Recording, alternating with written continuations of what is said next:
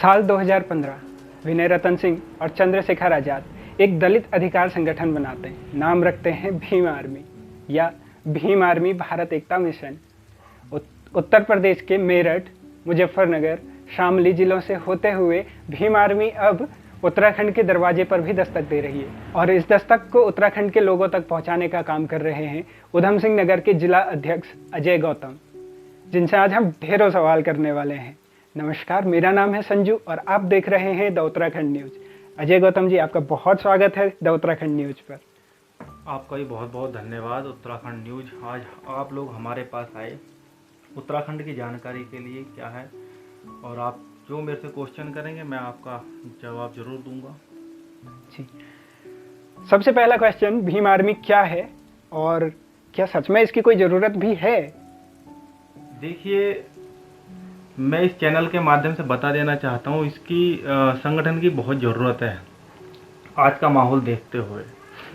इससे क्या है, देख रहे हैं आप, आज की जो सरकार है उसमें ज़्यादा दलितों पर ज़्यादा शोषण अत्याचार होने लगे हैं। पहले तो यूपी की बात करते हैं, यूपी की, गुजरात की, बिहार की, राजस्थान की, अब उत्तराखंड में भी देखने को यही मिल रहा है।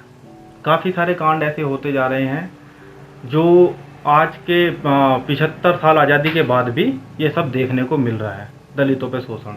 आपने बताया भीम आर्मी क्या है, उसके मिशन क्या हैं। एक चीज़ हम देख रहे हैं, 9 नवंबर 2000 जी, तब से उत्तराखंड बनने से लेकर और अभी तक इतने सारे आंदोलन हुए, इतने सारी क्रांति हुई। अब भीम आर्मी एक नया मिशन लेकर अपनी आ रही है, एक क्रांतिकारी मिशन लेकर आ रही है। आपको सच में लगता है कि उत्तराखंड को भीम आर्मी के इस मिशन की ज़रूरत है भी? हाँ, बिल्कुल ज़रूरत है। भीम आर्मी सामाजिक संगठन की ज़रूरत है। एक सामाजिक संगठन है। बड़े भाई चंद्रशेखर आज़ाद जी ने जो बनाकर एक संगठन खड़ा किया है, इस संगठन की बहुत ज़रूरत है। इस संगठन का मतलब कोई ये नहीं है कि हाँ, लड़ाई दंगे कराना या फिर जातिवाद कराना। ये सब एक जो संगठन दिया गया है, समाज को जोड़ने का संगठन दिया गया है। और जहाँ पर दलितों पर हो रहे शोषण अत्याचार को लेकर के या किसी अन्य वर्ग के समुदाय के लोगों को लेकर के, तो वहाँ भीम आर्मी का हर एक युवा कार्यकर्ता, नौजवान साथी मदद के लिए पहुँच जाता है जहाँ शोषण अत्याचार होते हैं। आपने देखा होगा, पहले कभी शासन प्रशासन में बहुत गरीब लोग जाते हैं तो अपनी तहरीर लेकर के कोई सुनवाई नहीं होती है। जब भीम आर्मी का कार्यकर्ता वहाँ पहुँच जाता है तो शासन प्रशासन को देखना होता है कि वहाँ संगठन है। पहले आपने देखा हो कि यूपी में जातिवाद का शिकार होना पड़ा, गुजरात में, अब देखने को मिल रहा है हमारे उत्तराखंड में ही। कफलटा कांड देख लीजिए, उत्तराखंड में घोड़ी पर दलित जब घोड़ी पर सवार था तो बारात चढ़ा रहा था तो उसको मार दिया गया। उत्तराखंड में चंपावत ज़िले में देख लीजिए। अभी पीछे एक पहले का मैं हादसा बता देना चाहता हूँ। सवर्ण समाज में एक शादी थी।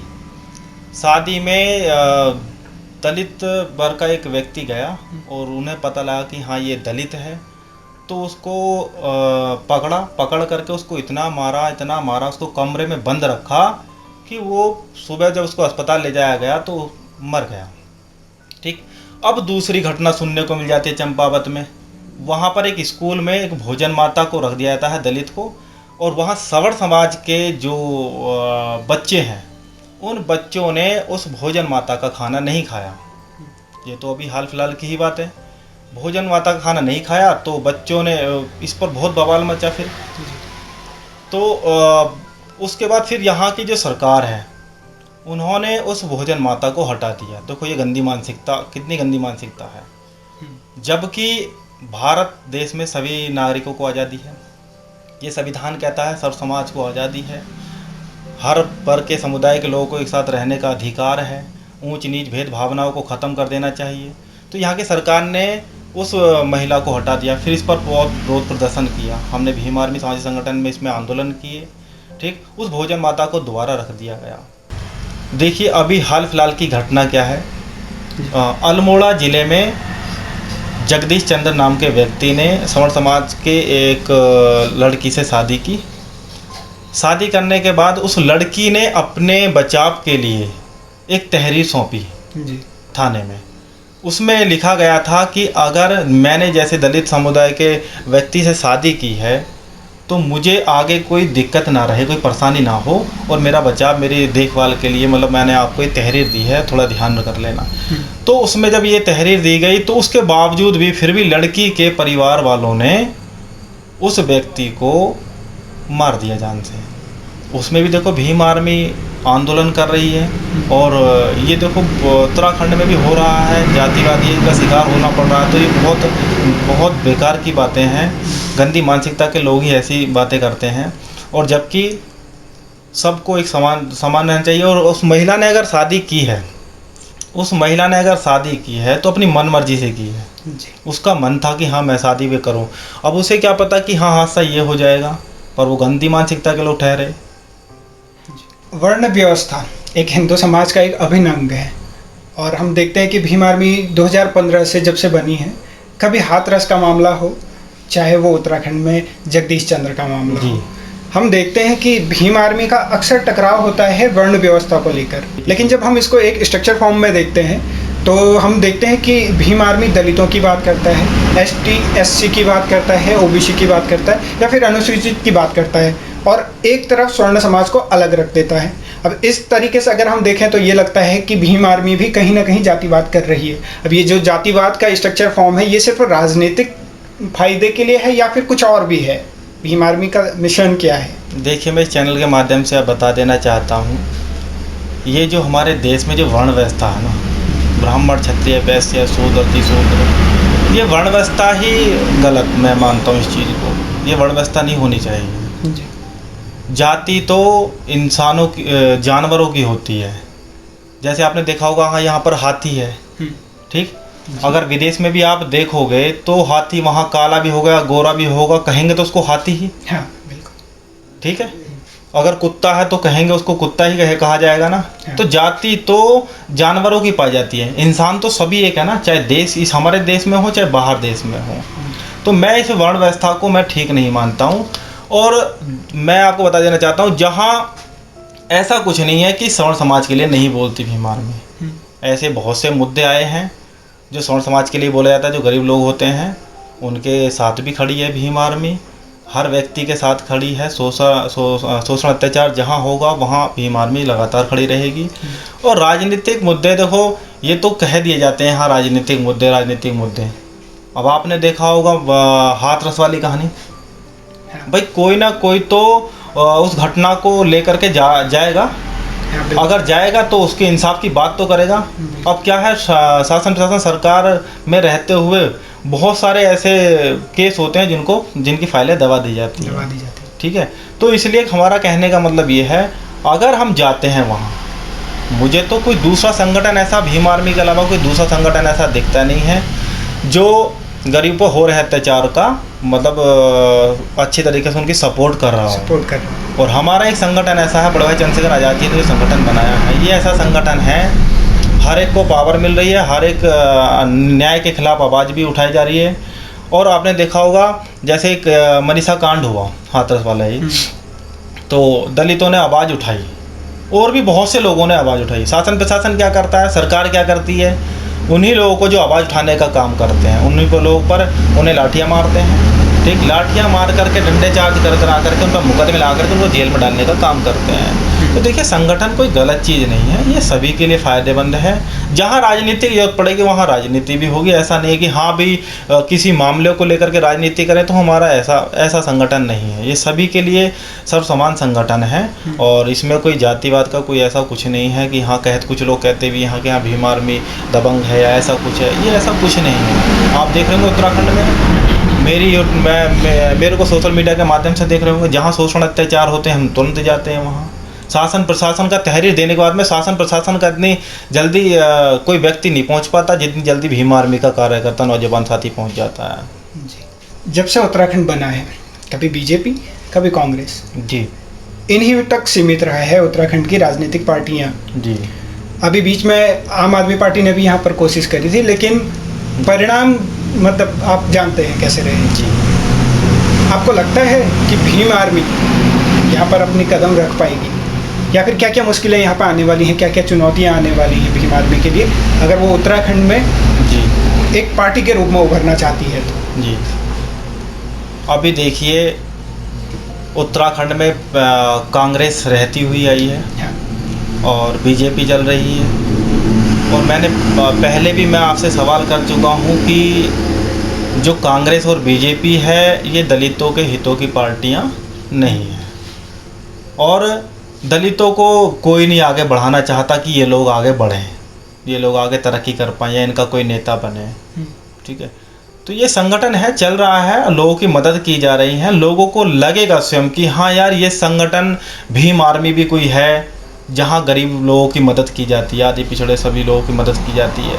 तो उन्हें जब कहते हैं ना काम बोलता है, जहाँ लोगों को लगेगा हाँ ठीक है यार ये बहुत अच्छे लोग हैं, इनका जहाँ कोई घटना घटती है तुरंत जाते हैं, तुरंत सुनवाई भी होती है ना, गरीब लोगों की मदद की जाती है ना। तो जब लोगों को लगेगा उत्तराखंड में भी कि हाँ ठीक है भाई, जो गंदी मानसिकता के लोग हैं उनसे तो हम कह नहीं सकते कि हाँ भाई आप हमें वोट दो या क्या करो या ऐसे वैसा, कुछ नहीं कह सकते उनसे हम, है ना। जब लोगों को लगने लगेगा कि हाँ ये संगठन बहुत अच्छा है, इनकी एक पार्टी है आज़ाद समाज पार्टी, ठीक, क्यों ना हम इनको ही बना दें, तो लोगों को हम काम करेंगे उस तरीके से, तभी तो वोट करेंगे, तभी तो सपोर्ट करेंगे। अभी आपने कहा काम बोलता है। एक जब उत्तराखंड की टीम आपके बारे में रिसर्च कर रही थी, हमें पता चला आपका आधिकारिक नाम अजय कुमार है जी, और आप जब स्टेज पर आते हैं तो वो अजय गौतम नाम से आप आते हैं जी। ये राज क्या है अजय कुमार से अजय गौतम? नहीं देखिए, मेरा जो डॉक्यूमेंट्स कागजों में नाम है बचपन से वो अजय कुमार रहा है। हाँ। ठीक, और मैंने 7 साल अभी मेरे को हुए हैं भीम आर्मी में काम करते हुए। और ये जो गौतम नाम है ये गौतम बुद्ध जी के नाम से मैंने गौतम लिया है, क्योंकि मैं उनकी गौतम बुद्ध जी की विचारधारा को फॉलो करता हूँ और उन्हें ही मैं मानता हूँ।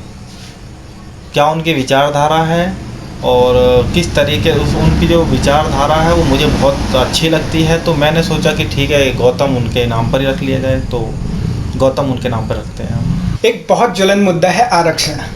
आजकल देख रहे हैं बहुत कॉन्फ्लिक्ट चल रहा है स्वर्ण समाज के और एक वो वर्ग है जिनको आरक्षण मिलता है। दोनों के मन में सवाल है कि भाई क्यों भेदभाव क्यों हो रहा है? आपको क्या लगता है आरक्षण के बारे में, आप क्या कहना चाहेंगे? देखिए सर, जो आरक्षण के ऊपर टिप्पणियाँ करते हैं मैं उन लोगों को गलत मानता हूँ। आरक्षण मात्र 10 साल के लिए दिया गया था और ये जाति से रिलेटेड है, ये जन्म से सिद्ध नहीं है, जाति से रिलेटेड है। इसमें क्या है, SC ST OBC माइनॉरिटी के लोगों को जो आरक्षण जो दिया गया है, इसमें सर्व समाज जो पढ़ नहीं पाते हैं, शिक्षा को लेकर के जो नौकरियों को लेकर के, ताकि ये लोग पढ़ सकें और ये आगे बढ़ सकें। ठीक, 10 साल के लिए जाति के उस पर दिया गया था, 10 साल के लिए ये, और जब जातिवाद ख़त्म नहीं हुआ तो आरक्षण अभी तक ये चल रहा है। आपने मामले तो आप देख रहे हैं देश के अंदर क्या हो रहा है, कभी कोई घटना घट जा रही है दलितों पर, कभी कोई कहीं घटना घट जा रही है ना। तो जातिवाद तो रुकने का नाम ही नहीं ले रहा है, जातिवाद तो बढ़ता जा रहा है। तो जाति आरक्षण के ऊपर अगर कोई टिप्पणी करता है तो मैं तो उस आदमी को मूर्ख मानता हूँ। तो ये आरक्षण जब तक रहेगा, जब तक जातिवाद ये चलता रहेगा। जातिवाद तब खत्म होगा, आरक्षण तब खत्म होगा जब सब ही समाज के लोग एक साथ होंगे। बड़े बड़े कॉलेज हैं, अब गरीब बच्चा कहाँ से फीस दे सकता है बड़े कॉलेज की, या फिर एक जैसे ही कॉलेज बनवा दिया जाए सभी जगह पर, ताकि गरीब का बच्चा भी वहीं पढ़े और अमीर का बच्चा भी वहीं पढ़े, कोई जातिवाद ना रहे। ठीक है ना, तो सभी लोग एक साथ, सब चाहे अमीर हो गरीब हो किसी भी वर्ग समाज का हो, एक ही जगह पढ़ेगा, तो जातिवाद का तो कोई मतलब ही नहीं फिर। तो यही मानसिकता होनी चाहिए। आरक्षण पर टिप्पणी जो उठाते हैं वो गलत उठाते हैं। आरक्षण जाति से ही रिलेटेड है, ना कि ये जन्म से सिद्ध है। क्या भीम आर्मी उत्तराखंड में चुनाव लड़ने की तैयारी कर रही है? देखिए, मैंने पहले बताया था आपको कि अगर भीम आर्मी सामाजिक संगठन एक अच्छा कार्य करता रहेगा जैसे कर रहा है, तो लोगों को लगेगा कि हाँ ठीक, अच्छा संगठन है और ये गरीब लोगों की मदद करता है और तुरंत आगे चल देता है। तो जब लोगों को लगेगा कि हाँ ये संगठन अच्छा है, और इनकी एक पार्टी है आज़ाद समाज पार्टी, जो बड़े भाई चंद्रशेखर आज़ाद जी ने बनाई है, जो राष्ट्रीय अध्यक्ष हैं, तो बिल्कुल हम चुनाव बिल्कुल यहाँ के उत्तराखंड के उज्जवल भविष्य के लिए हम सोचेंगे, ज़रूर हर युवाओं के लिए सोचेंगे। आज की जो सरकार है बीजेपी, पहले कांग्रेस थी, उसमें भी बहुत महंगाई थी और बीजेपी है। बीजेपी में आप देख रहे होंगे कि गैस सिलेंडर पहले तो इन्होंने फ्री में बंटवा दिए। जो बेचारी गांव की औरतें होती थी वो अपना लकड़ी का जो होता था, उनका चूल्हा होता था, तो पहले लकड़ियाँ ले आया करती थी वो, ठीक, तो आराम से अपनी रोटियां बना लिया करती थी। जब यहाँ बीजेपी सरकार ने जब कहा कि गैस सिलेंडर फ्री है, तो गैस सिलेंडर फ्री तो दे दिए एक बार में उन्होंने, और बाद में इतनी महंगाई, आज 1150 के समथिंग गैस सिलेंडर पहुंच गया है। अब उन पर पैसे नहीं है इस महंगाई में कि इस गैस सिलेंडर कहाँ से भरवाएं। अब इतने आलसी हो गए कि जंगल कैसे जा पाएँ लकड़ी लाने के लिए। तो इतनी महंगाई होती जा रही है, पेट्रोल के दाम बढ़ते जा रहे हैं, हर एक सरकारी संपत्ति आज प्राइवेट होती जा रही है। तो आप देख रहे होंगे कि इसको भीम आर्मी अगर आज़ाद समाज पार्टी अगर आती है उत्तराखंड में, तो हर वर्ग के समाज को, हर वर्ग के समुदाय के समाज को मतलब बहुत कुछ देखने के लिए मिलेगा। इस महंगाई से राहत मिलेगी और बेरोजगारी से राहत मिलेगी, हर चीज़ से जो भीम आर्मी के लायक जो सेवा बनेगी वो बिल्कुल तैयार है। आज़ाद समाज पार्टी बिल्कुल तैयार है। आपकी बातों से एक पॉलिटिशियन वाली बातें आ रही जी। हैं, तो क्या मान लिया जाए कि अजय गौतम चुनाव लड़ने की तैयारी कर रहे हैं? हाँ बिल्कुल, अगर हम अच्छा कार्य करेंगे, लगेगा कि हाँ ठीक है, लोग खुद चुनेंगे हमें। मैं खुद नहीं कहूँगा कि हाँ मैं खुद लड़ूंगा चुनाव, नहीं, मैं नहीं कहूँगा। हाँ। मेरे से पब्लिक कहेगी, मेरे से जनता कहेगी, हाँ, वो एक काम बोलता मेरे से, है। हाँ, तब सभी लोग कहेंगे तो मैं बिल्कुल चुनाव लड़ूंगा। चलिए, आपको बहुत बहुत शुभकामनाएं हमारी, आपकी सारी विशेष पूरी हो, भीम आर्मी के जितने भी मिशन है पूरे हो, दलित समाज हो या वो कोई भी वर्ग हो। उत्तराखंड न्यूज़ यही चाहेगा कि हर वर्ग, हर तबका हमारे देश की तरक्की में हिस्सेदारी बने। द उत्तराखंड न्यूज़ से जुड़े रहने के लिए चैनल को सब्सक्राइब करें और देश विदेश की ताज़ा खबरों को सबसे पहले जानने के लिए बेल आइकन प्रेस करें। Thank you.